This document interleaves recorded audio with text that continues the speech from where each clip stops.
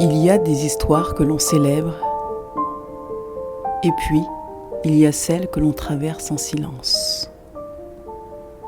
On parle souvent de la maternité comme d'un bonheur évident, comme d'une évidence naturelle, comme d'un chemin simple. Mais parfois, la maternité est une attente longue, une attente fragile, une attente qui ébranle. Et si derrière chaque sourire se cachait un combat que l'on ne voit pas? Aujourd'hui, je vous invite à écouter une voix courageuse, une femme, une épouse, une mère. Une femme qui a attendu, qui a espéré, qui a porté la vie et qui a aussi connu la perte. Cet épisode parle du désir d'enfant, des questions qui blessent, des silences qui pèsent, du couple qui vacille, puis qui apprend à tenir autrement. Il parle de la maternité éprouvée, pas celle des photos parfaites, mais celle qui transforme profondément. Si ce sujet vous touche, si vous avez déjà attendu quelque chose qui tardait à venir, si vous avez déjà perdu ce que vous aimiez, restez. Parce que derrière chaque voix, il y a une personne, et derrière chaque personne, il y a une histoire qui mérite d'être entendue. Bienvenue dans Voix d'inconnu. Je suis Mariam, un micro ouvert entre Paris et Atlanta. Et ici, on écoute autrement, parce que les voix ordinaires deviennent extraordinaires. Cet épisode est disponible sur YouTube et Spotify. Aujourd'hui, derrière ce micro, il y a Mam. Et son histoire ne se raconte pas à haute voix tous les jours. Mais aujourd'hui, elle a choisi de la partager avec nous. Bonjour Mam, et merci d'avoir accepté de prendre la parole aujourd'hui. Bonjour Mariam, merci de m'avoir invitée. C'est un grand plaisir pour moi. Alors pour commencer et poser un peu de contexte, est-ce que tu peux te présenter rapidement? Je m'appelle Mam, j'ai 35 ans, mariée depuis 11 ans maintenant. Est-ce que tu peux nous raconter comment est né ton désir d'enfant? À quel moment tu t'es dit j'aimerais devenir mère? Je me suis mariée assez jeune, j'avais 22, 23 ans quand je me suis mariée, avec un homme qui était jeune comme moi aussi, qui venait de finir ses études et moi j'étais encore étudiante. Donc tout de suite le désir d'enfant n'est pas arrivé, mais naturellement après un mariage, à un moment donné, le désir d'enfant vient.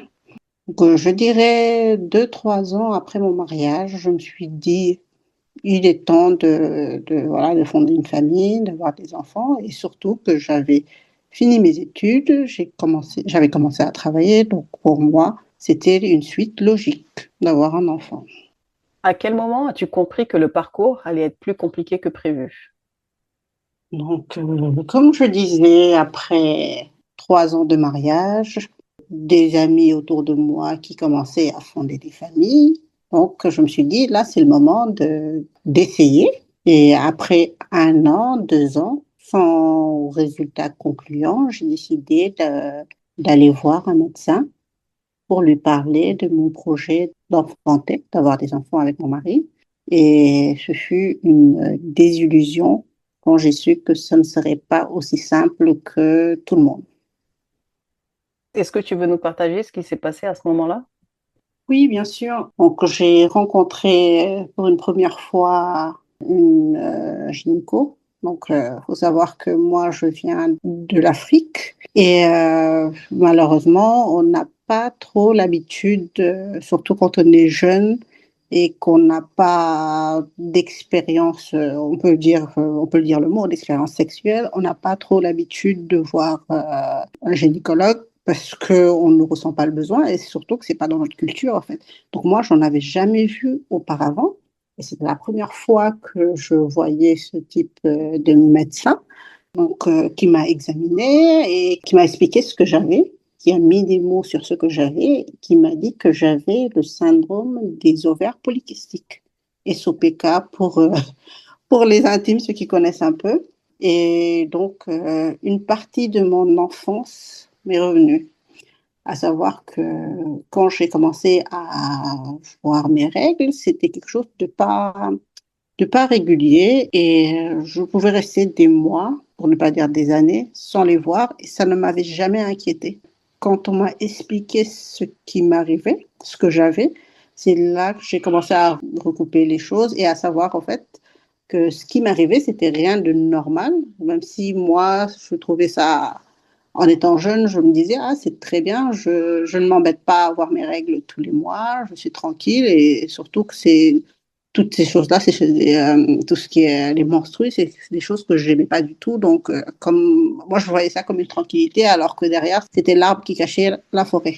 Quand j'ai rencontré le docteur, elle m'a dit qu'en fait, que je souffrais du syndrome des ovaires polykystiques, qui consiste à avoir beaucoup de follicules qui ne devenaient pas matures, ce qui fait que, comme toutes les femmes, je n'ovulais pas tous les mois. Donc, je ne me suis pas inquiétée parce qu'elle m'a beaucoup rassurée. Elle m'a dit qu'il y avait, je ne me rappelle plus exactement des chiffres, mais un bon pourcentage des femmes souffraient de ce même syndrome et que ça ne m'empêchait pas d'avoir des enfants. Donc, ça m'a tout de suite rassurée. Elle m'a proposé un premier traitement qui était médicamenteux, des comprimés que j'ai commencé à prendre. Donc, j'avais aucune pression. Donc, je me disais, bon, j'ai commencé le traitement, ça se trouve, au bout de, je sais pas, 2 mois, 3 mois, ça sera réglé. Donc, voilà où le parcours si je peux dire ça, le parcours du combattant a commencé. Avant de vouloir un enfant, tu n'avais pas forcément conscience des certaines problématiques possibles. Tu as cité le SOPK, mais aujourd'hui, c'est vrai que les gens sont un peu plus au courant de tout ce qui peut arriver. On parle de plus en plus de l'endométriose, par exemple, de l'infertilité, enfin de toutes ces problématiques. Donc toi, tu as découvert tout ça en cours de route. C'est ça, j'en avais aucune idée. Moi, je pensais que c'était quelque chose, je pensais que ça allait venir naturellement et que, en fait, j'en avais déjà entendu parler, pas forcément de la maladie, mais de l'infertilité en général, mais je ne me voyais pas dans ce cas. Tu sais, quand quelque chose ne t'arrive pas, tu ne te projettes pas dedans et que en fait, je voyais des gens plus âgés qui n'avaient jamais eu d'enfant, mais voilà, je me suis jamais posé la question du pourquoi, du comment, et je pensais pas que j'allais être dans une situation pas similaire, mais voilà, j'y pensais pas. Et je connaissais pas non plus la maladie. Et à ce moment-là, comment ton mari a accueilli la nouvelle? Mon mari, il m'a tout de suite rassurée, donc il n'était pas inquiet. Il n'était pas du tout inquiet. Quand je lui ai dit ce que le médecin m'avait dit, voilà, il était comme moi. On se disait que c'était une histoire de quelques mois en prenant un traitement et que tout allait rentrer dans l'ordre. À ce moment-là, tu t'es sentie soutenue émotionnellement par ton époux, par le personnel médical. Est-ce que ta famille était au courant? Oui, j'en ai tout de suite parlé à ma mère. Comme je disais, j'avais un peu minimisé les faits et pour moi, au bout de quelques mois, ça allait s'arranger. Donc, je lui ai parlé dans ce sens, je l'ai beaucoup rassuré. Et pareil pour mon mari, vu que il n'était pas avec moi quand j'ai vu le docteur. Tous ceux avec qui j'en ai parlé, je leur ai parlé en les rassurant parce que moi, j'étais rassurée et pour moi, c'était rien.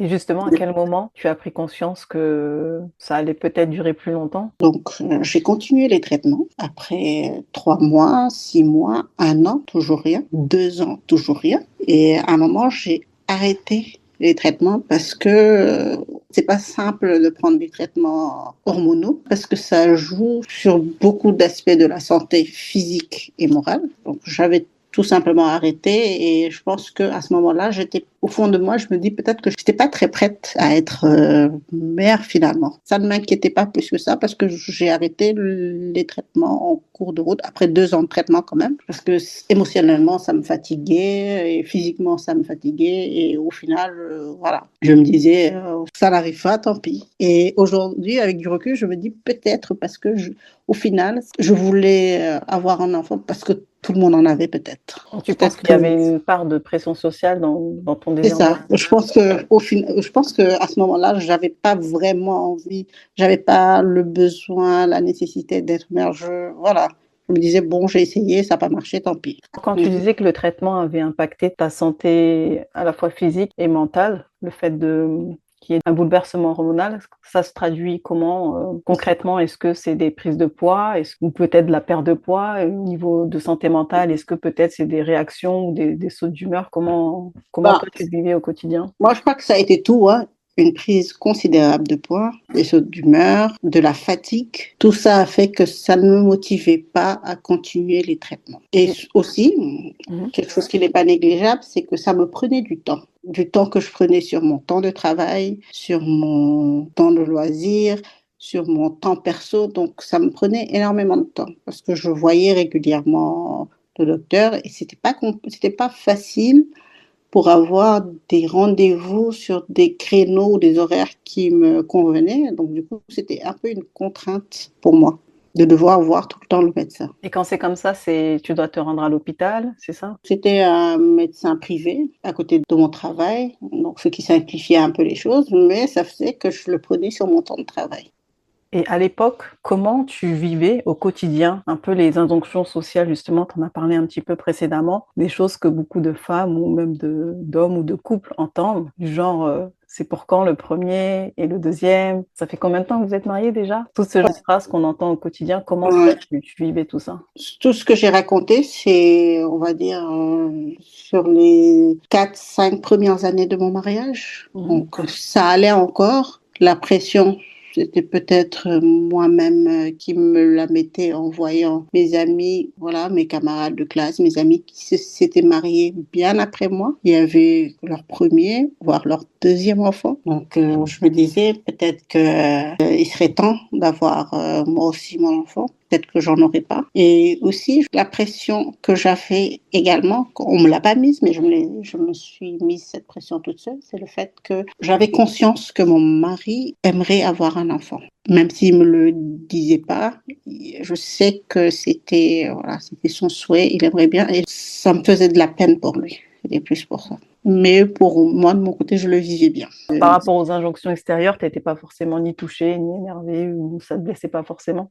Les membres de ma famille, comme ma mère, mon père, ils m'ont jamais mis la pression, mais je sais qu'ils étaient tristes pour moi. Et je sais qu'ils voulaient aussi, pas pour eux, pas parce qu'ils voulaient avoir des petits enfants, hein, plus par rapport à moi. Je crois qu'ils voulaient que j'ai cette chance d'avoir mes propres enfants. Voilà. Et est-ce que tu arrivais à en parler autour de toi, en dehors de ta famille, ou tu gardais beaucoup de choses Non, pour toi? j'ai toujours gardé, j'aimais pas en parler et j'aimais pas qu'on vienne m'en parler. J'étais D'accord. très fermée par rapport à ça. J'ai jamais voulu aborder le sujet, que ce soit avec des amis, la famille. En fait, je fuyais le sujet dès que mes parents commençaient à aborder ce sujet. Ça m'énervait tout de suite et je coupais court à la conversation. Parce que j'ai jamais voulu qu'une femme soit réduite au fait de pouvoir ou de pas pouvoir avoir d'enfant. Et donc, ce sujet, ça m'exaspérait au plus haut point. Je voulais pas du tout en parler. Avec le recul, qu'est-ce que tu aurais aimé que les gens comprennent mieux à ce moment-là? Avec le recul, j'aurais aimé que les gens puissent respecter la vie privée des autres parce que il y a certes peut-être dans un couple des problèmes d'enfantement, mais il peut arriver que ce soit juste un choix et que les gens respectent le choix des autres. Après, tout dépend des personnes. Tu as des gens qui ont besoin d'en parler et quand on vient pas leur en parler, ils auraient peut-être besoin de soutien et d'en parler. T'as d'autres qui ne veulent pas du tout en parler. Moi, je pense qu'il faut quand même faire un premier pas, en parler, mais quand on voit qu'une personne est quand même réticente et n'a pas envie d'en parler, de plus creuser un sujet qui est tabou pour elle. Moi, j'ai aimé que mon entourage m'en parle. Mais par contre, ce que j'ai pas aimé, c'est qu'ils insistent sur un sujet où je ne veux pas discuter, où je ne veux pas étayer. Et donc, je sais qu'aujourd'hui, tu es maman. Qu'est-ce qui s'est passé entre cette période-là et l'arrivée de ton premier enfant? Les 5 premières années, j'en ai parlé un peu, où j'ai essayé, ça n'a pas marché avec les traitements hormonaux. Ensuite, j'ai fait une petite pause où j'ai arrêté le traitement. Et ensuite, je crois que quand je me suis sentie vraiment prête à avoir un enfant, là, de moi-même, je suis allée cette fois-ci à l'hôpital. J'ai rencontré une gynécologue qui était très, très bien.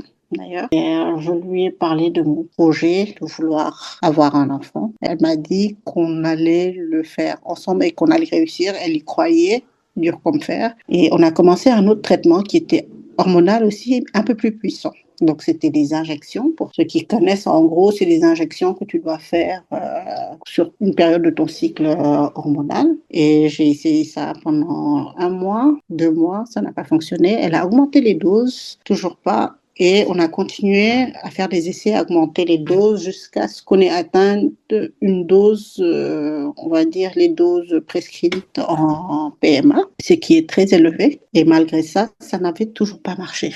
Et à un moment donné, elle m'a dit, écoutez, on a fait beaucoup de tests. Moi, aujourd'hui, je ne peux plus rien pour vous. Il faut que vous alliez en PMA. Est-ce que tu peux expliquer ce que c'est la PMA pour ceux qui nous écoutent? La PMA, c'est la procréation médicalement assistée. C'est le fait d'essayer d'avoir un enfant fécondation in vitro, par exemple. Il y a beaucoup d'hôpitaux qui le font ou tu as carrément des centres qui sont spécialisés en ça. Elle m'a dirigée vers un hôpital qui n'était pas très loin de chez moi. Sauf que dans cet hôpital, pour mon cas, ils ne pouvaient pas me traiter et m'ont redirigée vers un hôpital à Paris. Là, je commençais à vraiment perdre espoir parce que je me disais que, bon, tant pis, je pense que je ferai partie des gens qui n'auront jamais d'enfants et j'avais accepté mon sort. Franchement, j'avais vraiment accepté mon sort parce que je me suis dit que voilà, je fais partie de ces gens qui n'auront pas d'enfants. Je ne suis pas la première, je serai peut-être pas la dernière et voilà. C'est la vie, c'est comme ça et je l'acceptais même si à chaque fois qu'on m'annonçait une naissance, au fond de moi, je ne le disais pas, mais au fond de moi, j'avais un petit pincement qui me disait que voilà une autre personne qui vient d'avoir un enfant. Alors que moi, mariée depuis maintenant 8 ans, j'en ai toujours pas. J'avais ce sentiment de culpabilité. Et ce qui me gênait par-dessus tout, en fait, c'est le fait que les gens soient mal à l'aise face à moi quand ils m'annonçaient des naissances. Voilà, je sentais qu'il y avait un poids par rapport aux autres pour me parler de certaines choses. Et c'est ça qui me mettait, en fait, c'est ça qui me touchait le plus. Donc, pour revenir à l'histoire de comment finalement j'ai eu mon premier enfant. Donc, je suis allée voir à l'hôpital. Donc, quand je suis allée à l'hôpital, on est parti. Ils nous ont donné une batterie de tests à faire. Quand j'ai vu la liste des tests à faire, en gros, c'est comme si je reprenais tout à zéro. Tout ce que j'avais commencé depuis il y a plus de 5 ans, oui, donc la première fois où j'ai essayé. Tous les tests qu'ils m'avaient fait faire, je devais tout reprendre. Et dans ces tests-là, tu as des tests qui sont donc des analyses à faire. Dans ces analyses, tu as des analyses qui sont douloureuses, qui sont pénibles et qui sont longues. Donc je voyais recommencer tout à zéro. Et ça, je crois que c'est là où j'ai vraiment pris un coup à mon moral. Et j'avais plus envie de faire quoi que ce soit. Je suis rentrée chez moi, déboussolée, triste. Et j'ai dit à mon mari, est-ce que tu peux m'acheter un test de grossesse? Comme ça, comme si j'avais une intuition. Il me l'a acheté. Le lendemain, vers 6 heures du matin, j'ai fait le test de grossesse et il se trouve que j'étais enceinte. Finalement, je suis tombée enceinte sans rien faire. Est-ce que tu penses que le psychique, le psychologique influence au-delà même du syndrome des ovaires polykystiques que tu as pu avoir? Je pense que le moral, le mental joue une part importante au-delà de n'importe quelle maladie. Et ça vaut pour toutes les maladies. Parce que ce qui s'est passé entre-temps, c'est qu'à un moment, j'avais changé de travail. Donc, j'avais quitté mon emploi et j'avais changé d'emploi. Ce qui fait que je débutais un nouvel emploi où j'étais un peu... En fait, j'étais pas stressée. Je venais de commencer un nouvel emploi. Et ce moment-là, je voulais pas tomber enceinte non plus parce que j'étais en période d'essai. J'y pensais même pas. Parce que je suis restée... j'ai eu plus de 8 ans de mariage sans avoir d'enfant, sans protection ni quoi que ce soit. J'ai jamais eu d'enfant, donc je pensais, c'était même pas dans ma tête, c'était même pas dans mes projets à ce moment-là. Alors que j'étais bel et bien enceinte, et bien enceinte de 2 mois presque. Et je l'avais jamais su, parce que je m'y attendais pas, voilà. Mais c'était un bonheur que je ne pouvais pas expliquer. J'y croyais même pas. Quand j'ai fait le test, je suis allée refaire un autre test le lendemain pour être sûre que le test était vraiment bon. Le pire, c'est que j'étais heureuse, contente, mais j'osais pas être heureuse, en fait. Parce que pour moi, c'était quelque chose qui n'allait pas rester. Parce que j'y ai jamais cru. J'étais partie. En fait, j'avais accepté mon sort. Je me suis dit, bon, je fais partie des gens qui n'auront pas d'enfants et tant pis. C'est la vie, c'est comme ça. Et Comment la nouvelle a été accueillie au sein de votre couple, au sein peut-être de ta famille? À quel moment vous l'avez annoncé à votre entourage? Ou est-ce que vous donc, avez vraiment attendu que l'enfant naisse pour pouvoir... non, avec mon mari, donc je me rappelle quand je lui ai annoncé, je me rappelle la veille, on s'était disputé, on se parlait, on était en froid ou un truc comme ça. Donc du coup, quand il est venu, je lui ai annoncé. Il n'en croyait pas. Je crois qu'il a pleuré. Et mon mari, c'est quelqu'un qui n'a pas beaucoup en tout cas, qui ne montre pas beaucoup ses émotions. Il a prié ce jour-là. Quand je l'ai su, là, quand j'ai fait le test vers 6 heures du matin, il a prié. Il faut savoir on est musulmans. Donc, il a prié, il a fait quelques rakas, quelques prières, il a prié. Il était très content. Moi, j'y croyais pas. Donc, on a décidé de ne pas en parler pour un début. Mais bon, c'était la décision. Mais moi, j'en avais parlé à ma mère quand même. Mais je l'ai jamais dit. J'en ai parlé à ma mère qui était tellement contente, elle aussi. Et qui m'a dit, faut pas en parler. Fallait pas en parler. On est africains, on est superstitieux, voilà. Donc pour nous, il faut pas en parler. Avec mon mari, on a décidé d'en parler au bout de trois mois et demi. De son côté, on a parlé à sa sœur, donc qui est ma belle-sœur, qui vit pas loin de nous, en France. On en a discuté. Elle était tellement contente de son côté. Elle a tellement pleuré parce qu'elle c'est quelqu'un qui nous soutient depuis le début. Ensuite, on avait décidé d'aller en vacances dans notre pays natal pour rencontrer nos parents et en profiter pour leur donner la nouvelle. Donc, il en a parlé d'abord à sa mère qui était très contente, qui a également énormément pleuré. Ensuite, de mon côté, bon, moi, j'en avais déjà parlé à ma mère, qui elle aussi on avait déjà parlé à mon père, donc ils étaient déjà au courant. Et voilà, ça a été très bien accueilli par tout le monde, on a été soutenu par tout le monde. Beaucoup d'émotions dans la famille suite à ça. Donc tout le monde était content et surtout tout le monde veillait à ce que ça se passe bien. Parce que cet enfant, il faut savoir que c'est le premier petit enfant des deux familles. Donc, il était très attendu. Tout le monde attendait, quoi dire. Quand j'y repense, en fait, c'est que du bonheur, hein. Aujourd'hui, quand j'y repense, je me dis que j'ai vraiment, moi étant très croyante quand même, je me dis que Dieu ne m'a pas oubliée dans mes prières. Il faut savoir que, je ne l'ai pas dit, mais un an avant la naissance de mon fils, le jour de Ashura, j'ai fait une prière dans la nuit, je me suis levée, j'ai prié et je demandais à Dieu sur cette année qui commence là, donc l'année musulmane. Je demande, c'est la seule chose que je demande, que j'aimerais avoir un enfant et rien d'autre. Et Dieu a exaucé mes prières. Donc après ma grossesse s'est très bien passée. J'ai accouché 2 jours après mon anniversaire et j'ai eu un petit garçon. En fait, j'y croyais tellement pas que c'est comme si j'avais peur de mon bonheur, en fait. Je me disais que peut-être que ça ne va pas durer. Et je crois que mon mari ne me l'a jamais dit, mais secrètement, je pense que lui aussi. Il y a jamais cru. Si, il y a cru, mais en fait, il l'a toujours surprotégé parce que je pense qu'au fond, il se dit que c'est un miracle et qu'il n'a pas envie de. Il a envie que ça dure, il n'a pas envie de le perdre et on l'a toujours surprotégé. On est tout le temps avec lui. On va maintenant revenir sur un épisode un peu plus récent. Il y a quelques mois, tu as perdu un enfant né prématurément. Oui. Si tu te sens prête, est-ce que tu peux nous raconter comment les choses se sont passées? Oui, donc du coup, après ma première grossesse, ma vie a continué normalement. Mon fils a grandi, il a eu 3 ans.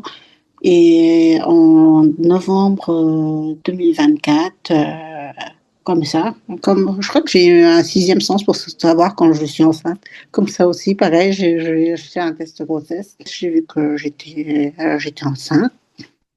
Donc tout de suite, j'ai pris rendez-vous pour voir depuis quand. Et faut savoir que je l'ai su. Cette fois-ci, j'étais un peu plus sereine quand j'ai su que j'étais enceinte. J'ai pris mon temps. J'ai fait une petite surprise à mon mari pendant son anniversaire qui arrivait. Donc, je lui ai fait une petite surprise pour son anniversaire en lui annonçant la grossesse. Pareil pour ma belle-sœur avec qui je suis très proche.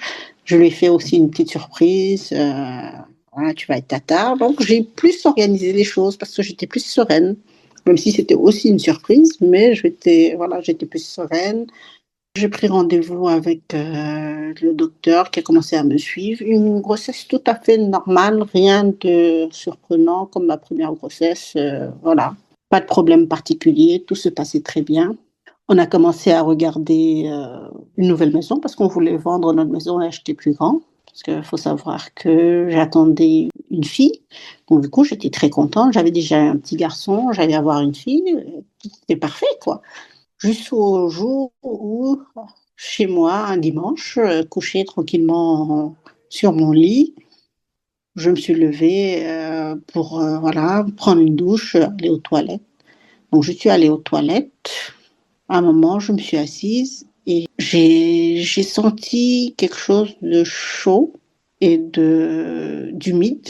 Donc, j'ai mis ma main entre mes jambes et j'ai senti comme une tête dans un sac.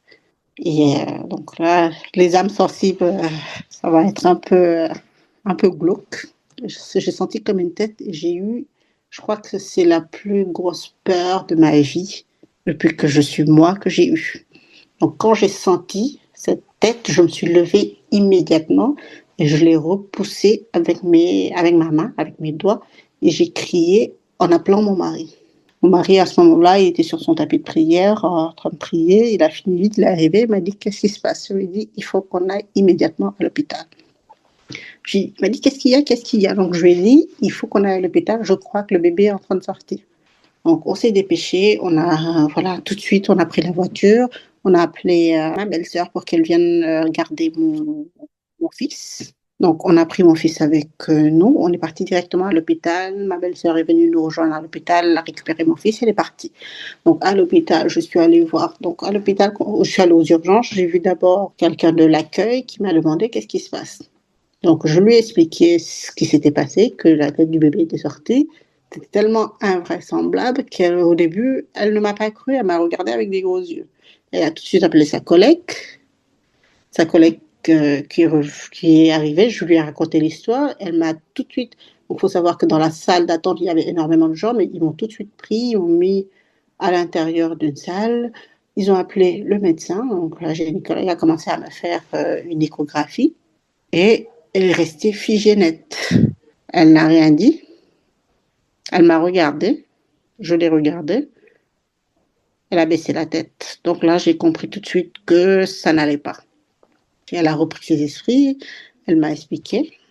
Elle m'a dit, madame, donc, vous êtes en train de faire une fausse couche tardive.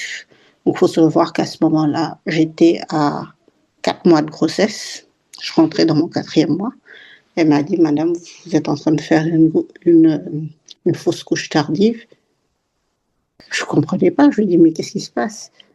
Et là, tout de suite, je suis tombée en sanglots, sachant que j'étais rentrée toute seule dans la salle de consultation sans mon mari.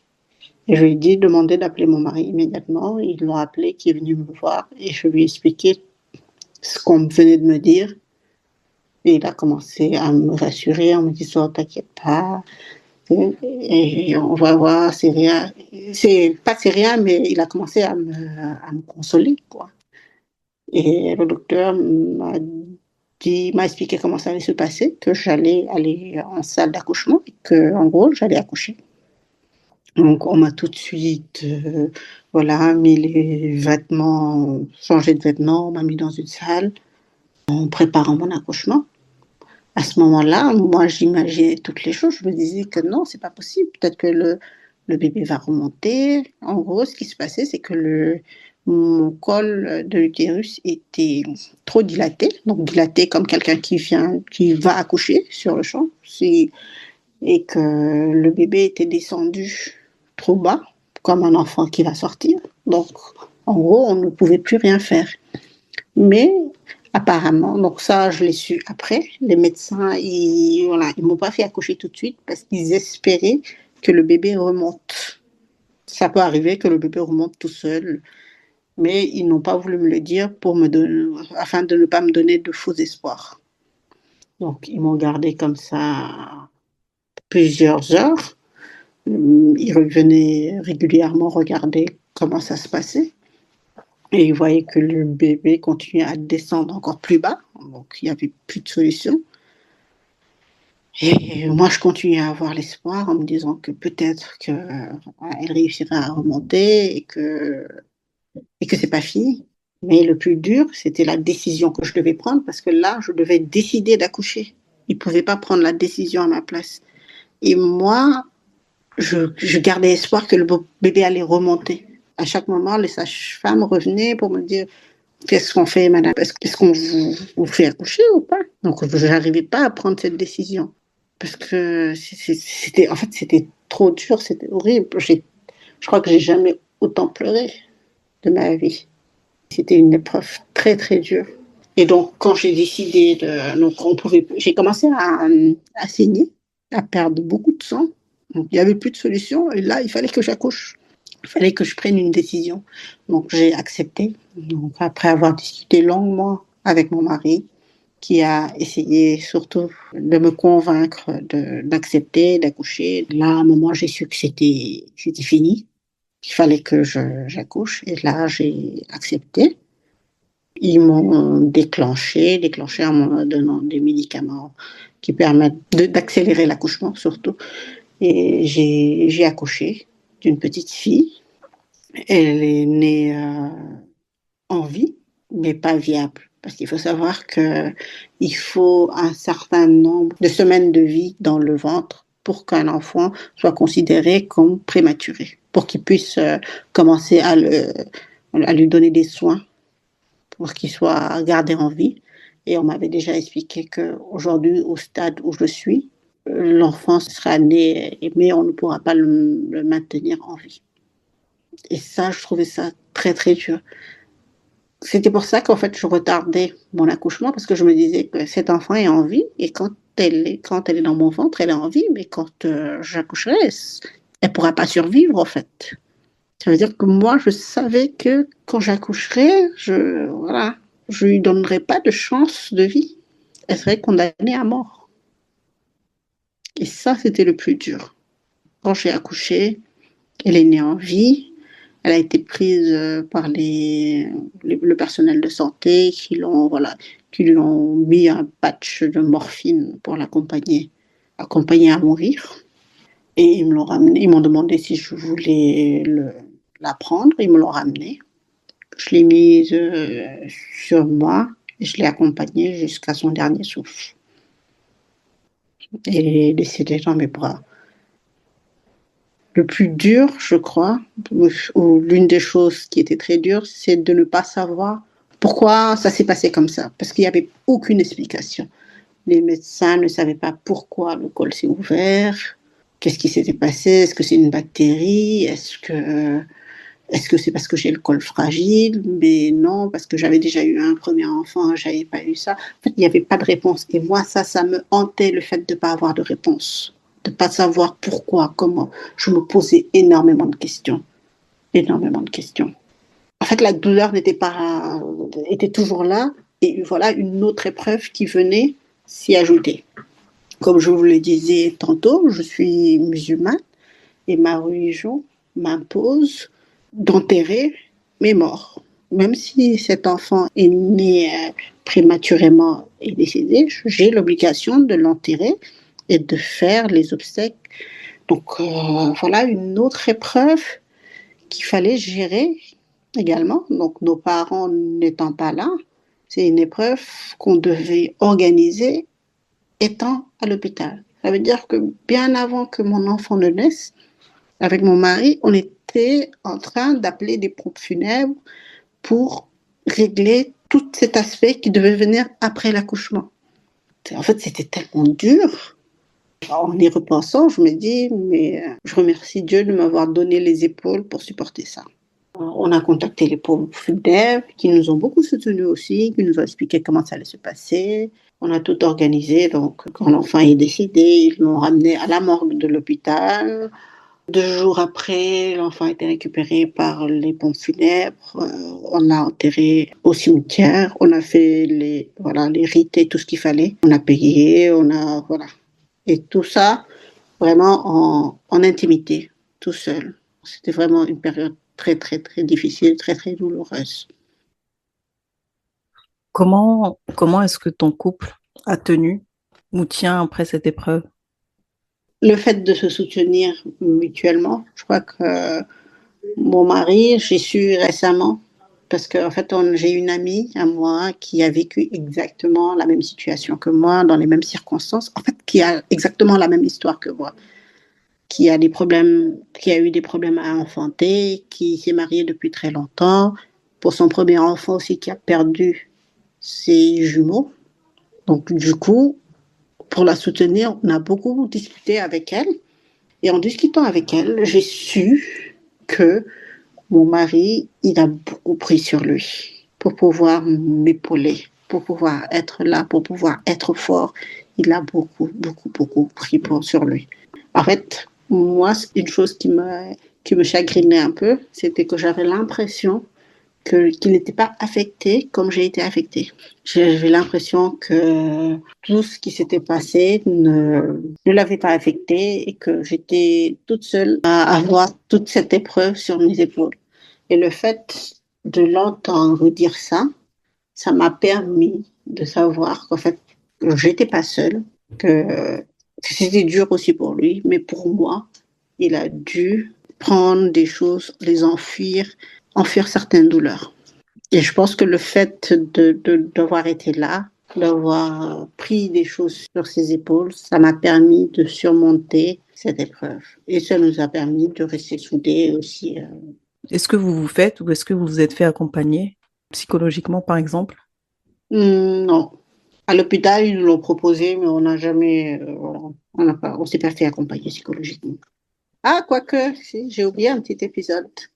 C'est qu'au travail, j'avais discuté avec une psychologue du travail, mais je l'ai fait bien plus tard. J'ai jamais eu de tabou à discuter, à discuter sur ce qui s'était passé, ce qui m'était arrivé, voilà. Ça t'aide d'en parler? Ça me fait du bien. Ça m'a fait beaucoup de bien au début d'en parler, d'expliquer vraiment les détails de comment ça s'était passé. Ça me faisait du bien d'en discuter, oui. D'échanger, de partager. Aujourd'hui, avec un peu de recul, qu'est-ce que cette maternité éprouvée, d'une manière globale, t'a appris sur toi-même? Cette maternité éprouvée a permis de renforcer ma foi et surtout de savoir de quoi j'étais capable. En fait, ça m'a permis de mieux me connaître. Je ne savais pas que je pouvais être aussi forte mentalement et que je pouvais endosser certaines épreuves. Est-ce qu'il y a quelque chose que tu fais différemment aujourd'hui dans ton rapport à la vie, au temps ou aux attentes? En fait, donc depuis le début, j'ai jamais attendu quoi que ce soit de qui que ce soit. Je me dis, en fait, j'acceptais la vie comme elle venait, mais ma seconde grossesse m'a donné une vision différente parce que j'étais pleine d'espoir, j'avais plein de projets. En fait, c'est comme si tout était venu se briser en une fraction de seconde. C'est ce qui m'a permis, en fait, aujourd'hui, je ne sais pas si c'est une bonne chose ou pas, j'attends plus rien, je prends la vie comme elle est. Parce que j'ai peur d'être déçue, j'ai peur d'être... En fait, ce que j'ai vécu, ma seconde grossesse, c'était tellement horrible que j'ai peur d'espérer. J'ai peur d'attendre quelque chose et d'être déçue. À vrai dire, cette perte, c'était une trop grande déception. Tous mes projets sont tombés à l'eau en une fraction de seconde et en une soirée. On arrive sur la fin. Si tu pouvais t'adresser à une Mhm. femme ou à un homme, un mari, peu importe, qui écoute ou qui écoutera cette expérience que tu partages aujourd'hui, de ce que tu Mhm. as traversé, qu'est-ce que tu aimerais dire, tout simplement? La chose sur ma maternité qui m'a le plus marquée, c'est la perte, donc ma fausse couche tardive Et ce que j'aimerais dire aux gens, c'est que quand vous voyez des personnes qui font des fausses couches, qui perdent un enfant, ne vous dites pas que bon, c'est rien, c'est juste l'enfant n'a pas voilà, c'est un enfant qu'on n'a pas connu, qui n'est pas né, mais ça reste un enfant qu'on a aimé, qu'on a chéri, même s'il n'a pas vu le jour. Et ces personnes-là ont besoin de soutien de leur famille, de leurs amis, de leurs conjoints. N'hésitez pas à exprimer vos sentiments. Donc, je parle pour les messieurs. N'hésitez pas à exprimer vos sentiments, à échanger avec vos conjointes, à les épauler. Et surtout, ne perdez pas espoir. La vie est pleine de surprises, des mauvaises surprises comme des bonnes surprises. Gardons la foi, ça nous permet de tenir et de surmonter les épreuves. Merci, Mam. Merci pour ta sincérité, ta pudeur et ton courage. En parlant aujourd'hui, tu rappelles que la maternité n'est pas toujours linéaire, ni heureuse à chaque instant, et que ça n'enlève rien à la valeur d'une femme, d'une mère ou d'un couple. Merci d'avoir ouvert un espace de parole, d'avoir mis des mots là où il y a souvent du silence. Et j'espère, j'en suis même convaincue, que ton témoignage résonnera chez celles et ceux qui en avaient besoin. Encore une fois, merci pour ta confiance. Merci, Mariam. Je dédie cet épisode à toutes celles qui attendent en silence, à celles qui sourient en public et pleurent en privé, à celles qui comptent les jours, les cycles, les espoirs, à celles qui ont entendu « c'est pour quand ?» sans savoir quoi répondre, à celles qui ont porté la vie et à celles qui ont dû dire au revoir bien trop tôt, à celles dont le cœur est devenu plus fragile mais aussi plus fort. Cet épisode est pour vous. La maternité n'est pas une compétition, ce n'est pas un calendrier social, ce n'est pas une case à cocher. C'est une histoire intime, un chemin unique, un territoire sensible. Alors, restons bienveillants, respectons le rythme des couples, respectons le silence des parents, respectons les blessures que l'on ne voit pas. À toutes les personnes qui ont traversé des moments difficiles, qui traversent encore l'attente, la perte, l'incompréhension, mes pensées vous accompagnent. Et si vous en ressentez le besoin, n'hésitez pas à en parler à un proche, à un professionnel, à quelqu'un qui saura écouter. Car on ne devrait jamais porter ce poids seul. Merci à Mam pour sa confiance. Merci à vous d'avoir écouté jusqu'ici. Je suis Mariam, un micro ouvert quelque part entre Paris et Atlanta. Et ici, les voix ordinaires deviennent extraordinaires. Et tant qu'il y aura des histoires à raconter, Voix d'inconnu continuera d'exister. À très bientôt.